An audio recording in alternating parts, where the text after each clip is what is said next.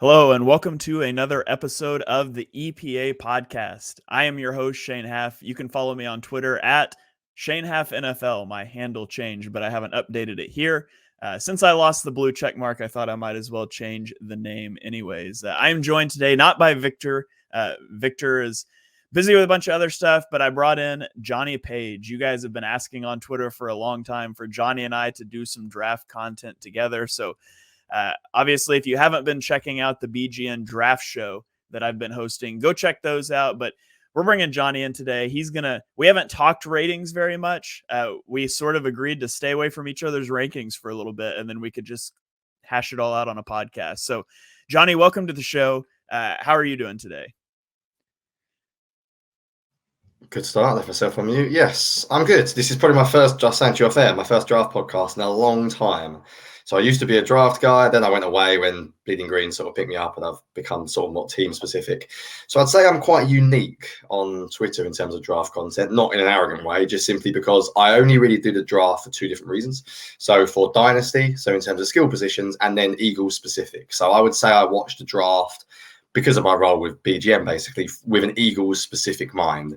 So sometimes I'll say like I don't like a certain player, and sometimes you might think I've got a player very high, but please try and consider that I'm thinking about what the Eagles need. So this year, for example, at receiver, I've targeted a lot more slot receivers, whereas in my own sort of rankings, I probably don't normally go that way. But if you look at the Eagles as a whole, that's probably an area of need.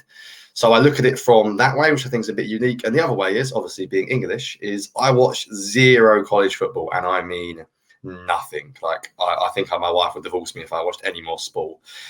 So I watch nothing. So I really do go into this totally blind. I try and ignore everything.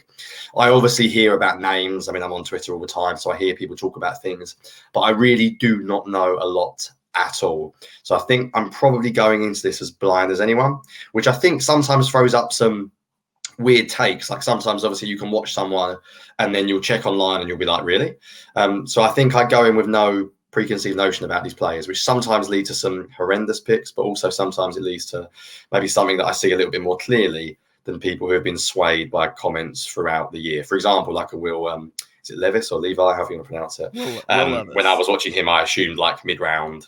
And then when I started reading about it, I was like, oh, fair enough, I get it. And I started to changed my opinion of him because I'm not blind to other people's opinions. I understand the concerns, and he's better in the previous year. But mine is all based around this past year. So none of it is 2020 or 2021 because I don't have time to watch previous year. This is purely 2022 film. So just a few little notes before we get into it. Yeah, this from an Eagles point of view, I'm doing this.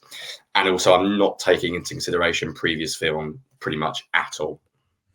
All right. So those of you that have listened to the BGN draft show, you've heard me talk about a lot of these prospects. So I'm going to let Jonny do most of the talking today. Given his thoughts on prospects, we'll dialogue back and forth. And so, Jonny, we'll start out here. Victor and I have done a series of these podcasts where we talked about top options for the Eagles at pick 10, some options for the Eagles at pick 30. So I'm going to ask you, talk to me about what's your ideal Eagles first round? What are some positions that you view as first round needs?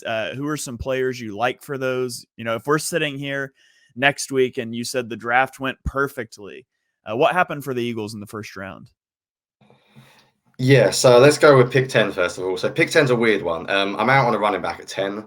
I absolutely love Bijan. I'm just not doing it. I'm out on a wide receiver at 10. I've seen the Jackson, Smith and Jigba hype, fine, but not a 10. Absolutely no way, not with what we've got. Obviously no tight end at 10. That's just not going to happen. I was out on offensive line, and I've changed my mind on that. And part of the reason is because there's not that many players at 10 I actually like. So I've become more on board with the offensive line pick. The only thing I would say for O-line is I want a tackle that can play guard. So if I'm drafting one at 10, and I know not everyone likes this, but I want them playing pretty much sooner rather than later because of where the Eagles are in terms of having a franchise quarterback who's also, by the way, on a pretty cheap deal for the next 2 years. So the Eagles might be better off the next 2 years than in 3-4 years' time anyway. So if I'm looking at offensive linemen, I'm looking at Skoronski at 10. That is fine by me. I don't think Paris Johnson strikes me as someone who would be a good fit at guard. So I'm mainly looking at a tackle that can play guard. I am massively down on the edge rushers in terms of I really like the class, but I don't like it for 10. So I do not like Nolan Smith. I do not like Van Ness enough. I do not like Miles Murphy enough for 10. In my opinion, none of those players are good enough for that pick. So there's not actually that many players when you get down to it. Then you're obviously not taking a linebacker. You're not taking a safety. So in my head, I've narrowed it down to pretty much O-line, D-line, a couple of edge, and that's pretty much it. My absolute dream scenario is, like most Eagles fans, is Jalen Carter somehow falls, or Tyree Wilson somehow falls, or Will Anderson somehow falls, or they make a move for them. Tyree Wilson, I'm less keen on. I wouldn't trade up for him just because I think the risk involved, whereas Carter and Anderson, I would trade up. And then I knew I was missing one thing. The other position I am interested in is cornerback. So I would take either of the sort of two top corners in this draft. So Gonzalez or Witherspoon, I would take either of them. The reason being that I think although Gonzalez may not play and people might be shouting, but you said this about the offensive line and you don't want to back up. Cornerbacks, you could easily play 3 or 4 quarterbacks on the field at once, especially if you've got weak safeties. 3rd and long, why not go to dime more often? And Witherspoon can easily move into the slot. Avonte Maddox got injured a lot last year. There's absolutely no reason why Witherspoon could not be your backup outside and in the slot. And then, of course, when you play dime, he could play either the slot opposite Maddox or he could play outside. So I'm looking defense, like pretty much most people, I think, at 10. My dream scenario is one of the 2 cornerbacks, Carter, Anderson, or probably Wilson. Skoronski as well. My worry is that they're going to go Van Ness or Nolan Smith, and we can touch on them a little bit more later. But I think there's a couple of players that are just a reach at 10. I think when you're picking at 10, I want someone with really high upside, but also someone reasonably safe. And I'm not going offense at 10 unless it's offensive line. So I'm in a weird thought about 10. I really wish they were picking at like 8. I'd sleep a lot better at night because I can just see it being a lot harder to get those guys. Hopefully there's a bump on quarterbacks. And if there is, I think they'll be in a good position to get one of those premium positions. So that's sort of my idea at the moment, I would guess, about how I see pick 10 going. What's a better situation for the Eagles in your opinion? Is it 4 quarterbacks off the board ahead of them, or is it one of the quarterbacks falling to 10 and you potentially get a team trying to trade up with the Eagles to get in front of the Tennessee Titans? Which scenario would you prefer? So I would probably rather trading down. I'm fine with trading down if we're talking about the cornerbacks or the offensive linemen. If you're talking about Carter, Anderson, or Tyree Wilson falling, then I would rather stay put or possibly move up 1 or 2. So I know it's a rubbish way of saying both, but if the quarterbacks go and that means you've got a shot at Anderson, Wilson, or Carter, and you only have to move up 1 or 2 picks, and that can easily be done, then I'm fully on board with the quarterbacks going early. But if those players go and you're looking at a Witherspoon, for example, or a Skoronski, I like them, but I'm not obsessed with like, well, we need to take this guy at 10. Then I'm more than happy going down. And the thing I like about going down in this class is I think it completely opens you up to that edge class. So I think you then get the opportunity to probably look, if you trade down into the late teens, I think you can bring running back in. I think you can bring Bijan in. And I know that's not going to be popular with some people. And I'm not a running back early guy. I'm just looking, again, for the Eagles specific at the way they're built. And I think that once you get into the late teens, then you start looking at maybe Jackson Smith-Njigba. But I think he's a volume wide receiver and we won't really have the volume here. But then I think you open it up to Bijan. I think you open it up to Miles Murphy, Nolan Smith, and Lucas Van Ness. And I think you can even open it up to some of the other cornerbacks. There is one guy I really, really, really want to mention because I think most people would say he's the guy I am most, or how do you put it, the highest on of any Eagles fan I know. And I'm going to say that I'm going to pronounce his name wrong, but that is it Chancey? Which guy? Cansey? Oh, Kalijah Cansey. Yeah, you can tell I don't live in America. I don't listen to a lot of pronunciations on these guys, so I read a lot. Yeah, he is a guy that I would shock people when I say I would take him at 10. And people are going to throw stuff at the screen and abuse me. And again, remember, I'm looking at this from an Eagles point of view. So I think the Eagles have got starting defensive linemen. I think they've got a starting 4 down front. I think they've got a backup defensive tackle. I think they've even got backup edge players. So they do not need a starting player. But what they're missing massively is they're going to miss interior pass rush. And I literally think you could say to, I've forgotten it again. Chancey? Cansey, there we go. Right. Pretend it's a C. I would say to Cansey, don't even plan early down. I know he's small. See how that goes. Figure it out in the future. He's 3rd and long. You stick him at free technique next to Milton Williams, and you say just rush the quarterback. And you can go Sweat, Williams, Cansey, and Reddick. And then you can figure it out from there. But I just think he is so explosive. If I'm another team who needs to start a defensive tackle, there's no way I'm taking him at 10. I'm not even considering it. But I think the Eagles are really going to miss Hargrave's push from the interior. He excelled on third down. Jordan Davis is not going to be a pass rushing, and he did not show any of that last year. So he doesn't even count as a third down option, really. Fletcher Cox is not the same guy he was rushing the quarterback. So you've got one. You've got Milton Williams currently. And obviously there are other linemen you could take, but I failed to mention him. Sort of because I forget, because no one talks about him. But he is somebody that I think I would do at 10. And I've gone back and forth because I'm always a big guy in measurables, and you'll hear me talk about that a lot. I don't like being the outliers of the draft. When they drafted Daniel Pumphrey years ago, I basically tweeted straight away. And I'm not saying, oh, look, I was right. Because Ben Solak, I know, loved him, and he was someone that I looked up to. But you have to look at measurables. You have to look at size. And people will shout at me because when I come down on Nolan Smith, they'll say, but he's undersized as well.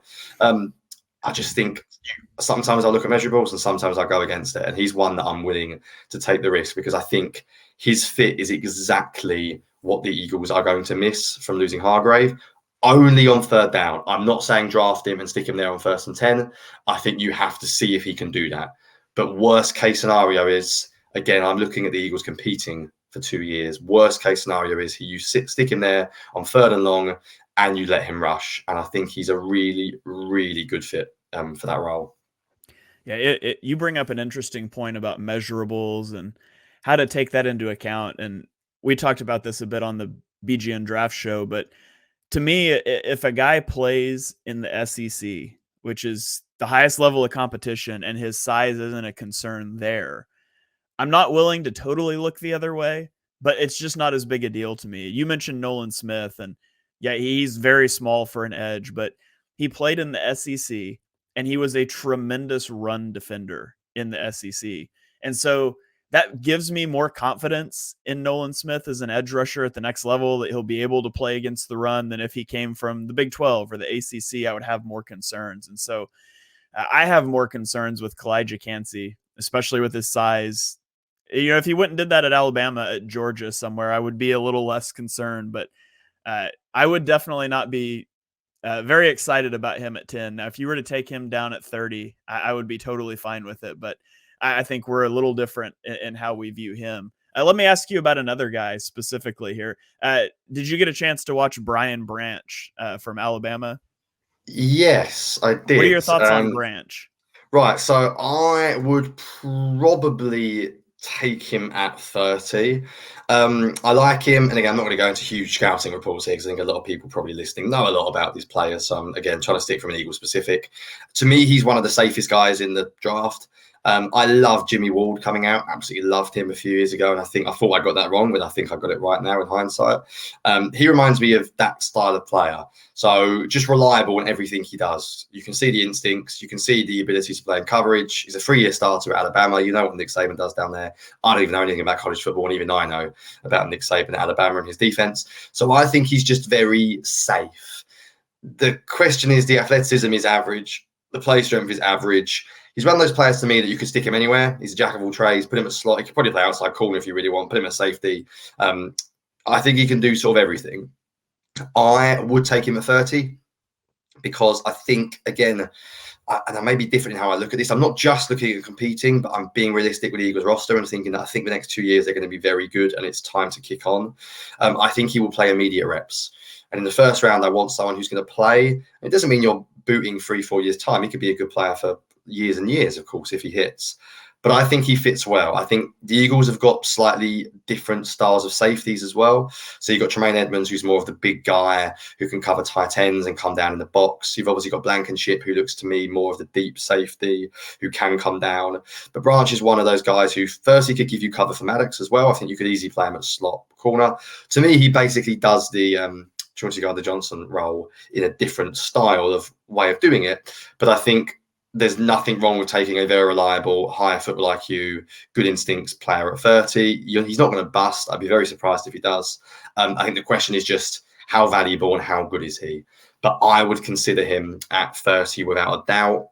It's not a premium position, but there aren't many good safeties in this class who are going to give you starting reps from the start anyway.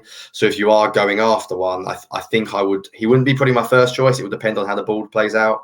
And I probably wouldn't move up for him or anything. But if he was sitting there at 30, I would certainly consider him.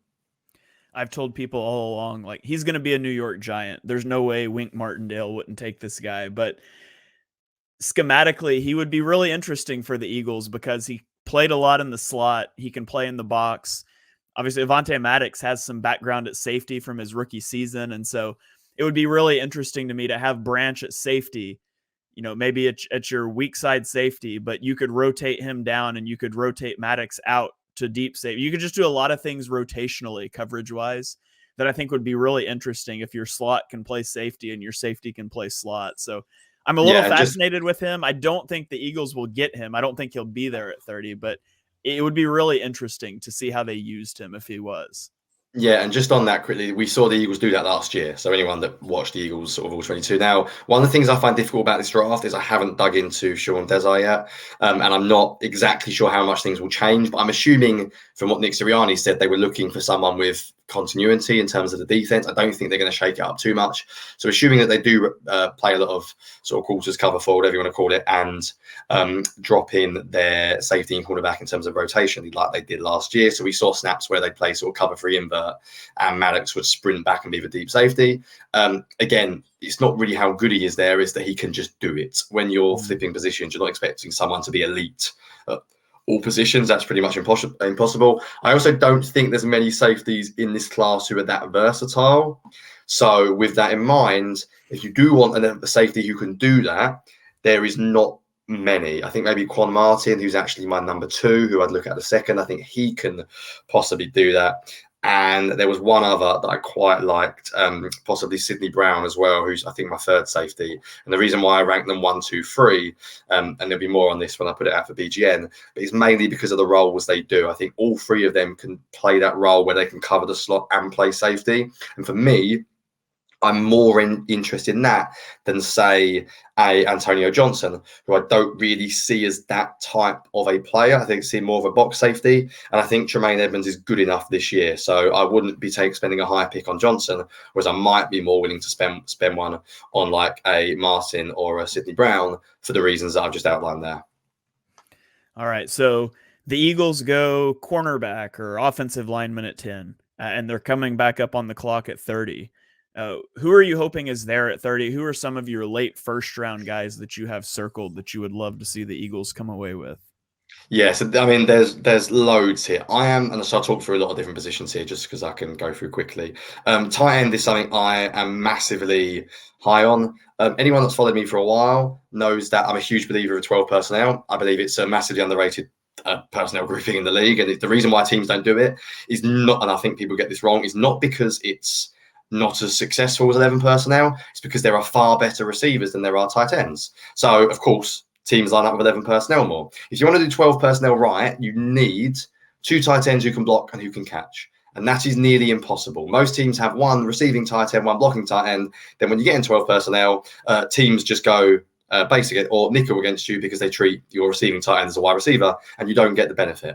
If you go full 12 personnel with 2 really good tight ends that are versatile, it is a defensive nightmare, because if you're going to play nickel, we're going to run the ball, and especially with the Eagles running game. So at 30, there's actually loads of tight ends I'd consider. I would, Michael Mayer, we spoke about off air. I really, really like him. I think he's as safe as there is in this class. He's my tight end 1. I would absolutely take him at 30. Your guy, Darnell Washington, I wouldn't be a huge fan of. He's my tight end 4, but I would still take him at 30. Kincaid, absolutely. Musgrave, again, not the biggest fan, but would take him. So tight end is easily, for me, a position they could take at 30. I think any of my sort of tier 2 wide receivers, it's not my favorite position to go early, because I think there's some guys in my sort of tier 3 that I like a Tyler Scott, Marvin Mims, Jonathan Mingo, and even Tank Bell, who's a bit of a draft crush of mine, despite the size. Quentin Johnston's got up and downs, but I could easily consider him. Zay Flowers, Jalen Hyatt. Although I have Jordan Addison ranked highly, I see him more as a volume guy. So there's a part of me that wants something a little bit more explosive. So tight end, wide receiver, I would be fine with. Defensive line, Mazzy Smith is a weird one. It doesn't get mentioned very much. I know he's a bit of a nose tackle, so I don't think they'd want to add him, but I'm not It's been 1 year, but I'm a little bit concerned about some of Jordan Davis' play down the end. And I really, really liked Mazzy Smith's tape. Like, I thought he was seriously good. So I would absolutely consider people like him. Brian Breesy, if he's still there, of course, but I doubt he will be. Edge, we can maybe get into a little bit more. But any of those three, if they do drop, which I don't think is impossible, maybe Van Ness, a Smith, or a Murphy, they're there or thereabouts. Linebacker, I'm not sure any of them I like enough to go first, so I'd probably pass there. And then cornerback, I'll be interested in Banks, Porter, or Forbes, although Forbes terrifies me because of the size and length. I would also consider them. I think they're in a pretty good place at 30, to be honest. We've already mentioned Brian Branch. I think they've got a number of good options. I wouldn't even write off, and they won't do this, but I wouldn't even be distraught if they took like a Gibbs at running back either. He's not going to play 50 snaps a game, but the Eagles are in a luxury position where they're really good, and he will give them about as explosive reps as anyone in the draft. So I think 30 I feel really good about, 10 less so, because I think there's a good chance they'll reach for somebody at 10. Whereas at 30, I think they might be able to sit there and see who falls into their lap. But I think there'll be a player that can be good and help them contribute early on at 30. So yeah, there's a load of names there, but that's sort of how I'm looking at it currently. So tell me this, Johnny, am I crazy now I wouldn't take him at 30, but am I crazy for thinking Zach Charbonnet, running back out of UCLA, is a better fit for the Eagles than Jahmyr Gibbs? As I look at him, and Gibbs is an electric receiver, right? But it's just not a check down heavy offense. And a lot of times you see that with mobile quarterbacks, that they're not going to be quick to check it down because they believe they can make a guy miss and get out into space and extend plays. And that's not a bad thing. There's some instances where you would like to see Hurts just hit his check down and not try to extend a play, but generally you want a mobile quarterback extending plays. And so then if you take that away from Gibbs, I see a guy that he's undersized and it shows up in some of the short yardage situations. And granted, Hurts with the QB sneaks is going to be your short yardage thing, especially since those rules didn't get changed. But he struggles in pass protection because he is a little undersized at 5'9", 199. And then I look at Zach Charbonnet and I see a powerful guy who's kind of that one cut runner that he hits his gap and he falls forward. And he's not a great receiver, but he's got fine hands like his check downs. He just doesn't run a lot of routes. And I think he's a better pass protector. So there's a lot of people that are really on board with the Eagles taking Gibbs at 30. But I look at it and I say, man, I would much rather have Zach Charbonnet in the second round. I just think he's a better fit for the Eagles. Just out of interest, where do you have Charbonnet on your board? Can you remember?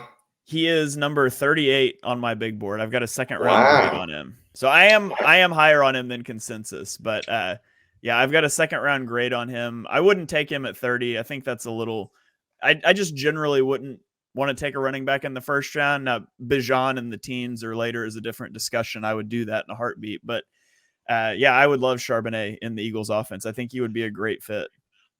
Right. Well, Charbonnet's my guy. So if I'm playing Dynasty, I mean, I'm targeting 102, 103. I really, really like him. I think he's gone under the radar because people see him as like a big guy.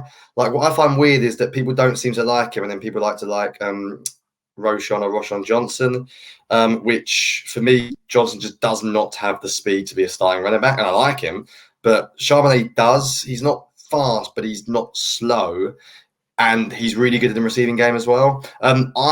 I mean, I like Charbonnet a lot. I disagree with you. I think Gibbs is a better fit. I think you're right, though, and what you're saying is a common thing that's raised online, that the Eagles don't check down to their running backs, and mobile quarterbacks don't in general. That is 1,000,000% true. But I would say with Gibbs, well, don't check it down. Design plays where he is the main receiver. Motion him to the slot, use him in underneath routes. Don't just say, right, run to the sideline, and if I get pressure, I'm going to flip it to you. You can run screen passes. You can line him up sort of around the formation. You can put him in the slot and have him run dagger routes, for example. Stick him at the slot with Penny and play sort of RPOs with bubble screens attached and throwing the bubble screen. So I agree with you, but I wouldn't take Gibbs and then just say, let's just throw check downs to him. I would take him and I would make him a big part of the offense. 10 to 12 carries as well. Maybe 6 to 8 targets is how I look at him. Normally, I like bigger backs because I think size is just massively underrated in running backs. And as I say, someone who plays a lot of dynasty, pretty much everyone in the dynasty game talks about weight all the time because someone like a Tajay Spears, for example, who's got such a fun profile. The fact is, those people just rarely end up as feature backs in the league. And I really like Spears. But when you're not 210, 215, you're just going to struggle to get sort of starting reps. So I really, really like Charbonnet. If they could get him in the second, I think that'd be perfect because you could rotate him with Penny, and then next year he could take over. But I think Gibbs would be the guy the Eagles like the most. And I get exactly what you're saying about Charbonnet, and I think he is a better player. I just think Gibbs is a really, really good fit for what they want to do. And the way I look at this Eagles offense is they want players who create explosive plays for minimal touches. Because if Hurts throws the ball 40 times a game, and hopefully he doesn't because of how good the running game is, but if he's throwing 40 times a game, AJ Brown might get 10, Devontae Smith might get 8, Goddard might get 8. And then you're looking at where to go next. And the odds are the next guy is not going to get more than 5 or 6. So you want that next guy to be explosive with it.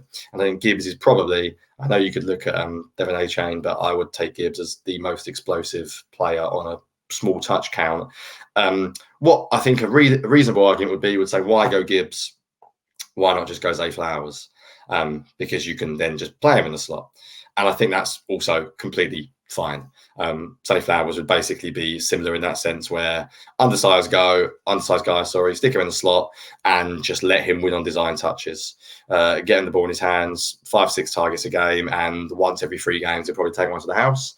And for this offense, that's the piece they are looking at probably to put them over the top in terms of the really, really, really top 3 wide receiver set. So let's be honest, you haven't got to be brilliant to get on the field over Quez Watkins based on what we saw last year either. That's one of the easiest upgrades, I think, available to this Eagles team right now.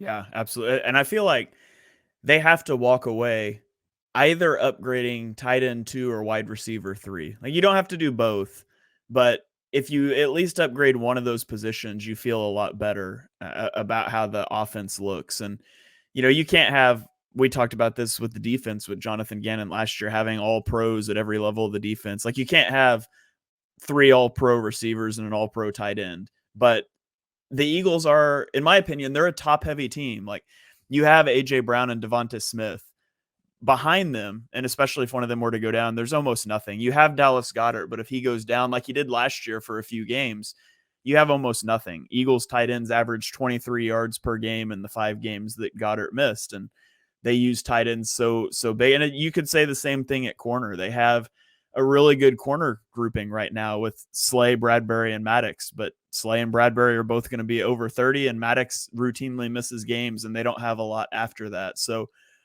this feels like a draft to me where the Eagles could potentially make 2 first-round picks and walk out of it without drafting a starter.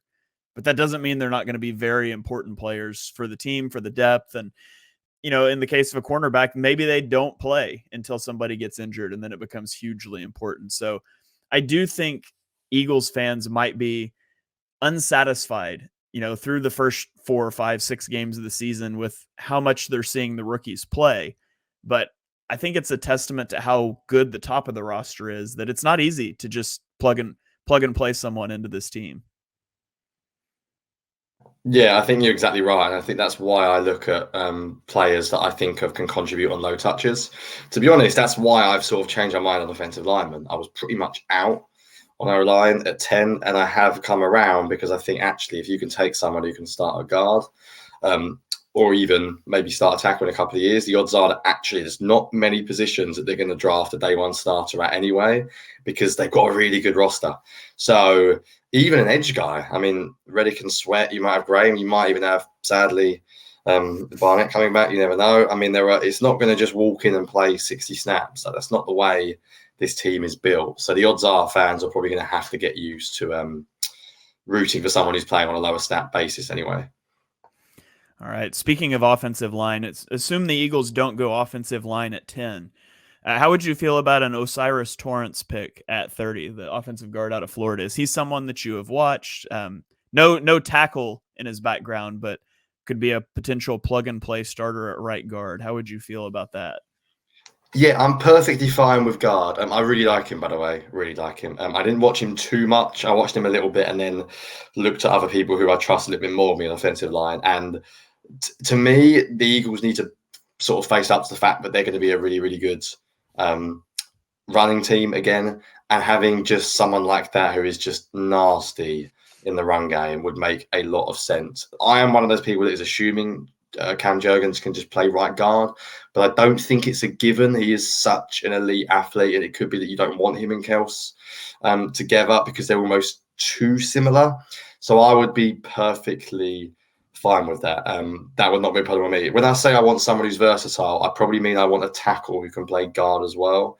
I have no problem taking a guard outright. I obviously wouldn't take one at 10 necessarily, which is why I like Skoronski, because he possibly could be a tackle in the future. And absolute worst cases, you get an elite starting guard in the future anyway.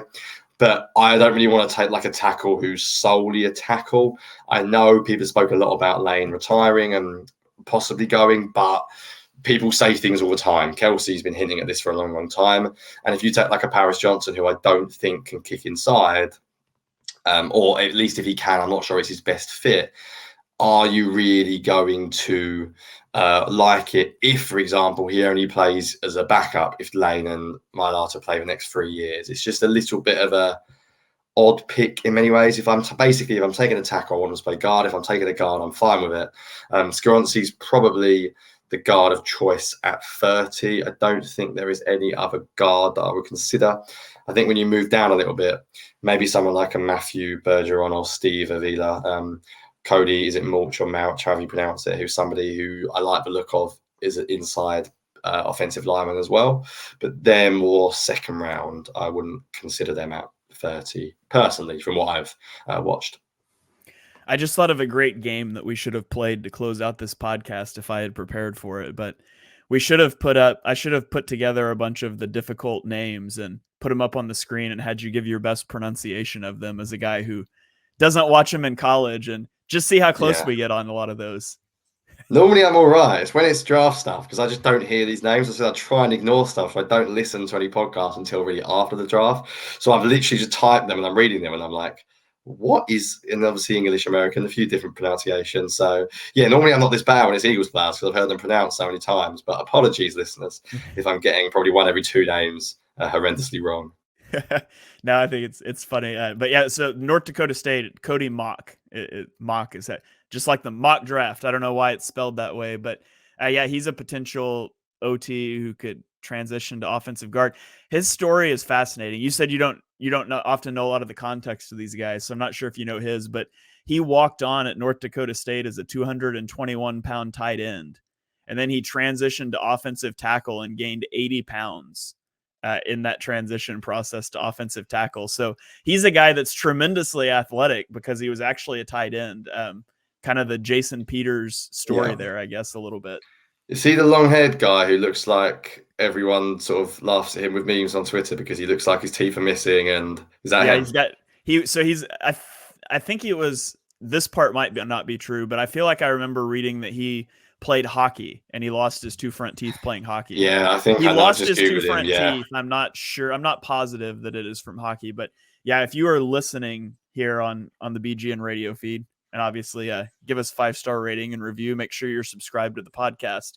Go online and Google Cody Mock smile, and there's some funny pictures out there. So yeah, okay, so that's sort of some round one talk there.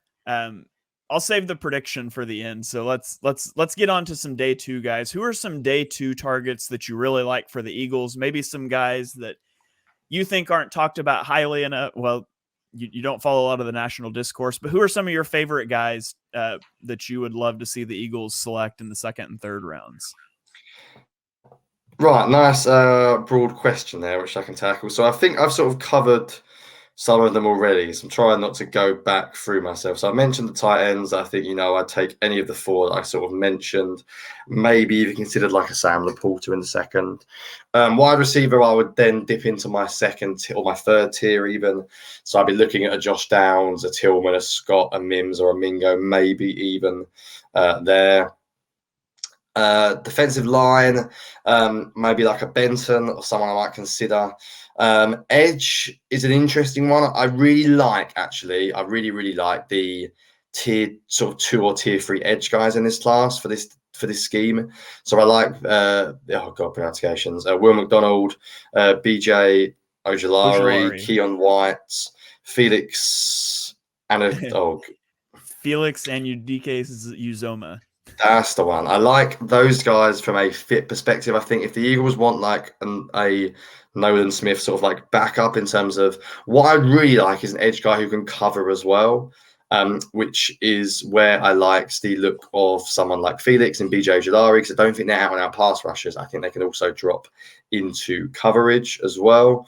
Some of those edge guys I like. The position I really want to talk about though briefly is linebacker, because I think there's two guys that I sort of like in the second and third. So linebacker is a really interesting position. I think it's probably the most, I say, underappreciated or not spoken enough about way it's changed between college and NFL. So you get so many teams now like the Eagles who basically just don't want a stacked linebacker. Or I say don't have. The Eagles do not have a stacked linebacker on their roster. If you want to go old school and say they're going to play 4-3 tomorrow, who's their starting middle linebacker? I mean, they haven't really got one. They've got a bunch of wheels. Morrow, Dean, they're quick. But when you play like a 5-2 or a 5-1, that's perfect, because Jordan Davis should eat up 2 blockers. Your 3 techniques each take a blocker. Your edge takes up a blocker. And then all of a sudden, the idea is your linebacker is not charging a guard head on, because there is no free guard. It sounds very simple, but I talk about maths all the time in football, but just do the maths. If you've got a 5-man front, well, every single offensive lineman is covered. Then if you add in that Jordan Davis is doubled, and then you've got a tight end on an edge, and all of a sudden the linebackers are free. And that's why teams aren't looking for stat backers as much. Teams have decided, well, in this modern era of passing, people see a 5-man front and think, oh, that's quite good against a run. And it is, but it's also can be very good against the pass, because you essentially, it means you can have quicker linebackers, because you haven't got to worry about them being big, beefy guys. And I tweeted this the other day, but Dane Brugler ranked 35 linebackers in this year's class. 2 of them are above 240 pounds. That is outrageous. Is there a position that has changed that much, except maybe quarterbacks and mobility? If you go back to like your Brian Urlachers, I mean, Ray Lewis was undersized, I believe, when I remember watching stuff on the old Ravens teams. When he came out, he was seen as like, I remember I was Googling him and people were saying, like the Ravens GM at the time saying, oh, we don't care about size. He's a good player. And he was 240. He'd be the 3rd biggest. I mean, Patrick Willis, undersized. He was 240. These linebackers are so small now. Only 2 of them to be above 245. So there's a couple of guys that stand out to me. If the Eagles decide, do you know what? We need a stack linebacker. We want someone that we can play as an actual might. Nakobe Dean is what, 230, 220, 225? So if they decide we want someone bigger next to him, it's not going to be Nicholas Moreau, because his weight was, I think, again, around the 220s. I mean, small. Jack Campbell, to me, is a really, really, really good player.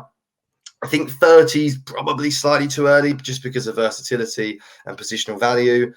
So I would look at him at the end. I know he wouldn't be there in the second, but you could trade down into the early second, or you could trade up. He, to me, is the best stack linebacker in the class by a mile. He's a traditional linebacker.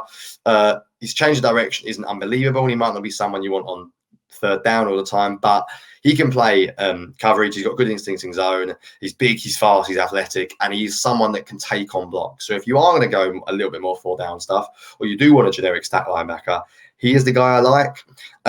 Drew Sanders I like, but worried about the fact that he's a blitzer, and I don't really want a blitzing linebacker, because if we're going to send linebackers on a blitz, I'd rather send Nakobe Dean more often than not. The 2 that stand out for me are Trenton Simpson. I'm not sold on him because of how raw he is in the second, but he, to me, fits the bill. If you want to play like 2 nickel linebackers, shall we say, let's assume it's a 5-2 front. He is someone that could easily replace Morrow or play alongside Dean. The guy that I am fascinated by, I don't know what you think of him, I've not read anything about him, is Diane Henley.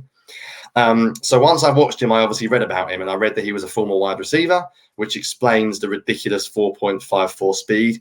But if you watched him, and again, I don't know about these guys, when I was watching him, I had no idea he was a former receiver. He, to me, just looked like a linebacker.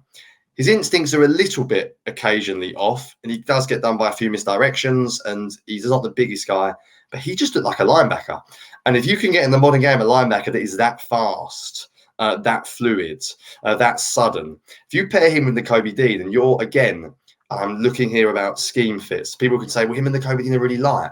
Yeah, but you're not going to play them on first down and ask one of them to charge the offensive guard head up. I would be drafting him assuming that on first down, the Eagles' base is going to be 5 men on the line of scrimmage, and that is going to include Jordan Davis. And if that's the case, I don't really want a stacked linebacker. As much as what I've said about Jack Campbell, and I think he is good enough actually to play in the 5-2, so he's someone that I still would have interest in. But I want someone quick. I want someone who shoots gaps. I don't care about going head to head with a guard, because they shouldn't be going head to head with a guard, because if you're 2 of your defensive tackles or your nose tackle aren't taking the guard away, then what is the 5-man front doing? So I want someone that flies around, shoots gaps, is instinctive, is quick. And Henley just looked good. I mean, I didn't have him as like a second round because he's just so raw and he's older as well. I think I remember reading he'll be 24 this year. But to me, he would just be such a good fit. If the Eagles wanted to play sort of similar to last year. And this may surprise listeners because he's undersized, Henley. He's not as big as him. But when I watched him, he looked a bit like TJ Edwards from last year. TJ Edwards had snaps where he really quickly just burst through the holes in the defense. And he was someone that could play on nickel. He could play on as a part of a 5-1 sort of box. He would be the lone linebacker at times. And I think Henley's got that sort of talent. So Henley is a really, really interesting guy to me. There's barely any stacked linebackers. Like if you're not, I watched him deliberately because he was the only other big guy, Noah Saul, who was literally the only guy above 240. And I had him as like a 5th round grade. I mean, he's not going to play anything except run downs on early down. So if you want your stack guy, you better go and get Jack Campbell. But they're so hard to get these days, those types of linebackers. So that's why teams are going more heavy defensive line as a front. So I would look very carefully at Henley. And Simpson also intrigues me on a similar note. There's just something about Henley. I might be completely wrong, and I only have a 3rd round grade. I'm not that high on him. It's not like I'm saying take him at 30 or take him at the 2nd. He just looked to me like the sort of modern day linebacker that teams are after. And I think the way the Eagles, again, I'm projecting here how they're going to use their defensive line. I think they want linebackers that can excel in space, linebackers that can excel when they're kept clean. They don't need to worry about a guy who's going to charge on old school, blow up the offensive guard. That's not really the way this Eagles team are built at the moment anyway, because that's the whole point of Jordan Davis. That's the whole point of the 5-man front. And we are not the only team doing this at all. This is very, very common now because teams don't want 250-pound linebackers out there because it's just too difficult to defend the pass in the modern game. So because you want these smaller linebackers, in order to prevent teams just running over you, you're going heavy defensive line, smaller linebackers. That's the way the game is going at the moment. And I think Henley, Simpson fit the bill really well for that type of player. Yeah, Deion Henley, surprisingly for a guy that's 6 foot, 225 pounds, it's 14th percentile height, 5th percentile weight. He was a wide receiver, like you said, but he tackles really well. That was one of the things that surprised me. You would expect a guy that light that used to play offense to not be a good tackler, but he only had a 5.2% missed tackle rate in 2022. And like you mentioned, there's concerns about him in the running game, but theoretically, that should be less of an issue for the way the Eagles deploy their defense, especially on run downs. And last year, there was a difference. Like the Eagles would play odd fronts on rundowns and even fronts on passing downs a lot of times. And you can't, it was too easy for teams to dictate. Like if Jordan Davis just came on the field, they would just throw the ball. And if Jordan Davis is off the field, they would run the ball early in the season before he got injured. So you need to be able to be a little more multiple than that. Not so this is our pass rushing front, this is our run stopping front, but Henley would be an interesting option. A little bit of context for Trenton Simpson, the other guy that you mentioned. So in 2021, he had a lot better season than he did in 2022. And in 2021, his defensive coordinator was Brent Venables, who left to become OU's head coach, which is my college team. But Brent Venables is a very creative defensive coordinator. And so Simpson in 2021, he played safety, he played in the slot, on the line, as a linebacker. He did a lot of everything. In 2022, he was basically just asked to play as a will linebacker, and I didn't think that he showed out as well. So if you're just going to like take him and ask him to be a will linebacker, you're going to kind of get what you got. But if you want to move him around and use him as a move piece, use him the way the Eagles used to use Malcolm Jenkins, that they would bring him off the top of the defense. They would put him in the slot, put him in the box. I think that's your best usage of Trenton Simpson. Also, by the way, a guy that I think Wink Martindale would like. I keep sniping these guys that I want for the Eagles with the Giants when I do mock drafts because I just like the fit, because he loves guys that he can put everywhere and blitz. And I think Simpson is one of those guys as well. So he's an interesting piece that it would be fun to see how Desai would use him, if he would use him creatively like that. Yeah, and just on that, I think linebacker is a massively underrated need. And it's funny how fans embody their team. A lot of fans of other teams will be talking about how we need a linebacker. We've got Nakobe Dean, who, let's be honest, didn't play very much his rookie year for whatever reason. And then we've got Nicholas Moreau, who I actually quite liked when I watched him. But then you look around and there's not a great deal else. And a lot of fans of teams will be saying that's a huge need, but we sort of embody the Eagles' philosophy, which is, it's only a linebacker. What's the worst that can happen? But the truth is, we lost a very, very good linebacker in TJ Edwards last year, and they are going to need another player there. So I would not be opposed at all to looking around the second, third round. And yeah, Henley's probably my sort of guy I'm keeping an eye on. And again, I do really like Jack Campbell. I'm just not sure that's how the Eagles want to use them. But there we go. Yeah, Christian Ellis, Sean Bradley, Davion Taylor, just some of the names the Eagles have at linebacker. And we can play that same game at wide receiver too, by the way. And obviously they signed a free agent wide receiver, but Britton Covey, Devin Allen, Greg Ward, Tyree Cleveland, like the back end of the roster, it's the back end of a roster. And Eagles fans are guilty too of, and I'm guilty of this. You think, well, the Eagles need a better wide receiver 3. A lot of teams don't have a good wide receiver 3. That's why they're wide receiver 3s. I mean, we are intimately familiar with the weaknesses and depth of the Eagles roster, but the truth is a lot of teams are like that. It's about picking and choosing the positions you value the most. And for the Eagles, we know that's the trenches. And so I've been telling people all along, like, just prepare yourself. Don't be disappointed. The Eagles are probably walking out of the first round with an offensive lineman and a defensive lineman. Like, that's probably what's going to happen. And fans are going to hate it. And then you're going to look up in week 16 and Lane Johnson had to miss 2 games, and offensive tackle they drafted at 12 or 13 or whatever is going to step in and play fine. And you'll be like, oh, maybe that was a good pick. So let me ask you, Johnny, give me your prediction.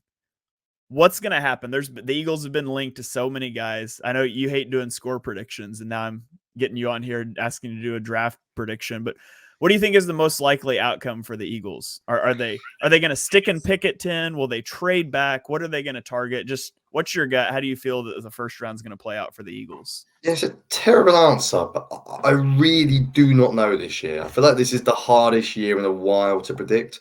I think if they stick, I think Skoronski has a very, very high chance of being the guy because of a tackle guard versatility.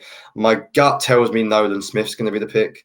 And I know I've come down on him. I just don't think he's good enough for 10. And it's nothing against him. I think he's such a fun player. He flies around. I really want to like him more. I just didn't see a really good rusher. And I think the idea, he'll just be Hassan Reddick because he's small. It's like, well, it's not that easy. And let's be honest, Hassan Reddick spent a couple of years wandering around trying to find a position. One of the first things I actually listened to on Smith after I saw him was Greg Cosell. And he said he's not even sure he's an edge defender. He sees him as more of a will linebacker. And that is exactly how some people saw Reddick as well. And in the end, he became very good, Reddick. But let's not kid ourselves and pretend that we saw the player he was last year for the first few years. My gut tells me Nolan Smith or Skoronski if they stay. And if they do that, I think at 30 they might.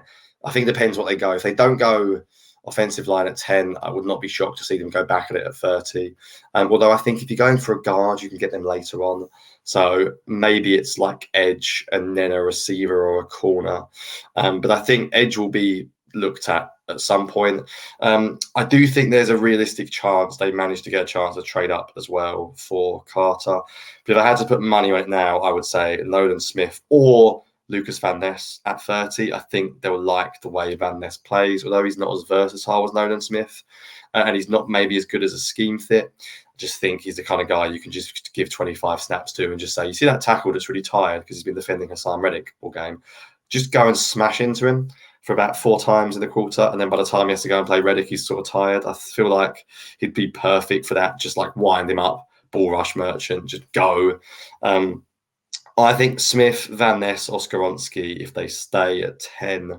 30, I mean, you could go anywhere. I think Branch, cornerback, edge, defensive line, offensive line, receiver, tight end. Like my gut tells me they will come away with a pass rusher at some point. So if it's not at 10, I think you could see a Murphy or Ojolari or a Will McDonald at 30.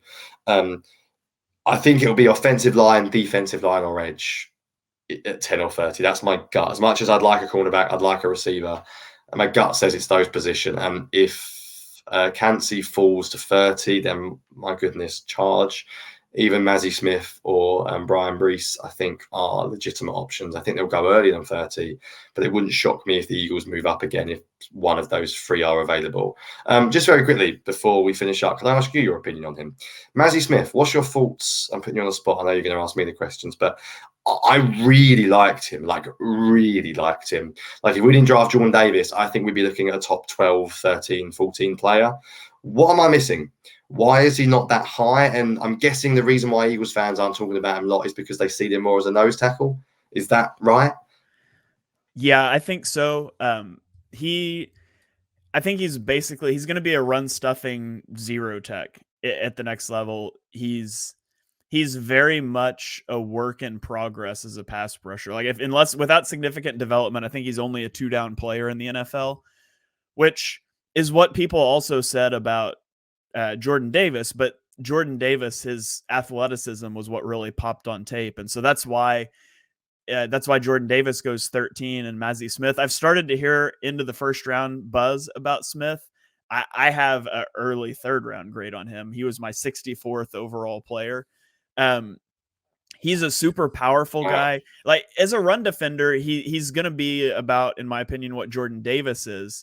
Just with Jordan Davis, I think there was a projection to pass rushing because of the athleticism. And Mazzy Smith doesn't really have that. There's been little improvements over the years as a pass rusher, but there's just not a lot there. So I could see, if you had a Kalijah Cansey type pass rushing interior defensive lineman and you needed to stick a run stuffer next to him, I think Mazzy Smith could end up in the back end of the 1st round or in the early 2nd round. I think Eagles fans would hate to walk away from the draft with Smith already having Davis. But, if he was there at the end of the 2nd round and you look at, well, last year you had to go sign Ndamukong Suh and Linval Joseph because it wasn't enough. I wouldn't hate having Mazzy Smith on the team. I wouldn't be crazy about taking him in the 1st round, though. Yeah, it's interesting. I feel like I was watching him and I was thinking he's really good. Like, I don't know if I mean, it's interesting you mentioned the athleticism there, because I thought for a big guy, he was very, very, very fluid. He moved well. I think the thing that annoys me about Davis, and I'm probably more down on Davis than a lot of Eagles fans, and I'm trying not to put the play at the end of the year when he was injured into it. He's just never played a lot of snaps. And I always hear every excuse under the sun, but he's just not done it. Like, I mean, you can ask the mention and conditioning. He is just not. Any NFL coach, any college coach has not trusted him to play a lot of snaps. And Mazzy Smith did play a lot of snaps, which is why I liked him. I'm not saying you draft him and then Jordan Davis is a waste of time, but I do wonder if they can make the two work together somehow.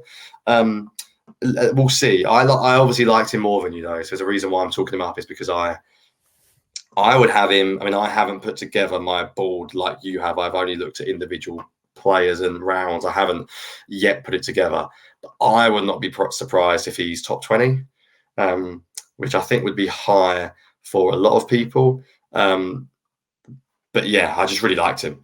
I just really, really liked him. So yeah, I don't think he's someone the Eagles will target, to be honest. Yeah. But well, and especially if you're going to go as, like, the Eagles like to play light personnel, against 12 personnel, they would still like to play nickel, and you're going to have Nakobe Dean, maybe Nicholas Morrow on the field. So last year, the response to getting run on was to put Linval Joseph and Ndamukong Suh right next to each other, and you would consider both of those guys sort of nose tackles. And so there's certainly a structure within the Eagles defense where you put Jordan Davis and a guy like Mazzy Smith, Keanu Benton, Siaki Ika. You could put one of those guys next to Jordan Davis still to try to load up and stop the run, so you can play light personnel behind. So I don't think it's entirely out of the realm of possibility that they will target a big run stuffer like that. Let me ask you about one more guy. There's been a lot of smoke around the Eagles and this guy at the back end of the first round. It's Adetomiwa Adebawore, defensive end, the edge rusher. Maybe he's an interior defensive lineman out of Northwestern. He played at Northwestern as anywhere from a stand-up edge all the way into a 3 technique. So they moved him around a lot. Is Adebawore a guy that you watched? Or have you not watched him? Yeah, I've watched him. I'm just far lower on him than I think the consensus. There's 2 players actually in this class I didn't like. I say didn't like, it's unfair, but I found difficult to project. Tuli Tupelotu, is he brother of the Eagles player I've got at the moment? And yes. And he's actually also, I didn't realize this, but Talanoa Hufanga, the safety for the 49ers, that's their cousin. I didn't know they were related. And who's the other guy you asked me about? Sorry, the Adetomiwa Adebawore from Northwestern. Adebawore, that's the pronunciation. I saw him as more of a DT. So I'm looking over my notes here. I think he can play anywhere. I looked at him as a 3 technique. I don't think he has the bend or the flexibility. I mean, I think I've not got it on my spreadsheet here, but wasn't he about 280 or something? He was a big guy, wasn't he, when he tested? 6'2", 282. That's a big edge. That's a big edge for the Eagles as well, especially if you're playing a 5-man front. Remember, I'm looking at this from the Eagles specifically, and you want the ability to him to drop occasionally. I know Reddick and Sweat don't drop very often, but the whole point of the 5-man is that you don't know that they won't drop. To me, 280 is too big. You're not dropping a 280 pounds pass rusher back. So I saw him as, even though he tested brilliantly, I see him as a interior pass rusher. Now, the good news is the Eagles lack an interior pass rusher, as I mentioned with Kancey earlier on. But I didn't see the bend the edge. I didn't see the quickness in comparison to Kancey. I'll be honest, I had him down in the second, possibly sneaking. I won't go there, but for the Eagles, I had him below Benton, below Mazzy Smith, below Brian Brees, below Kancey and Carter. I wasn't the biggest guy on him. I think if the Eagles take him, I would expect that they'll do something more with him. So I'm seeing him as more of a 3 tech. If they take him at 30, I am guessing they project a different type of role for him, not just that. But let's see. I was surprised to start to hear smoke around him at the back end of the first round. I had a 3rd round grade on him. Yeah, right. So we're about the same. I had around the 2nd, 3rd. He wouldn't be. 2nd would be the absolute earliest, but he's 280. An edge at 280 and a 5-man front as well. To me, he doesn't make sense as an Eagles fit. To me, he's a 4-3 end or a 3 tech and a 5-man front. Yeah, I thought his scheme fit was a 4-3 team that likes to use NASCAR packages. Like, put him on the edge in a 4-3 and then kick him inside on pass rushing downs. That's kind of how I saw him. But I was surprised, but it's stuck around. So obviously they like him, and we'll see what comes of that. I would not be thrilled about that selection at 30, though. No, he's not one of my targets at 30. All right. Well, that is going to about wrap up all of our time here. But Jonny, do you have any rapid fire takes, any final thoughts that you want to put out there on this draft class? Any dreams that you want to speak into existence for the Eagles? The floor is yours. I think I've hit everything. I've flown through this as I've sped through my notes. I think it's hard to go wrong. And I say that because I think it's a weird class, really. I think there's not a lot of top players, but I actually think there's quite a lot of good players. I think as long as you draft for the right reasons, I think there's a lot of players here, though, that are traits-based players. There are a lot of traits players in this class. The players that aren't that good yet, they could be good. You look at receiver, you got Quinton Johnson. Sorry, but you look at Darnell Washington at tight end. I think he counts as another one. I think edge. I think even Nolan Smith is someone who you're basing it around what he could be rather than what he is. Tyree Wilson, I think you can even go that far as saying he's a bit raw. So I think there are a lot of raw prospects. So I think there's always going to be risk involved, and that's a draft for you. I hope that the Eagles don't stick too religiously in this class to we must go trenches, because as much as normally I agree with that, I think with the way their team's built already, I think they sort of limit themselves to other opportunities in this class. Like, I don't think you should normally take a cornerback at 10 personally, but I think if Gonzalez or Witherspoon are there, I think you can move him. I think I will just end with the Van Ness, Nolan Smith thing, because I think people are going to freak out when I have Van Ness above Nolan Smith. And like, why? I think Van Ness is just basically more polished. So I wouldn't take Van Ness at 10 either. I would not probably take him until about 15 or 16. I think he's just a safe starter.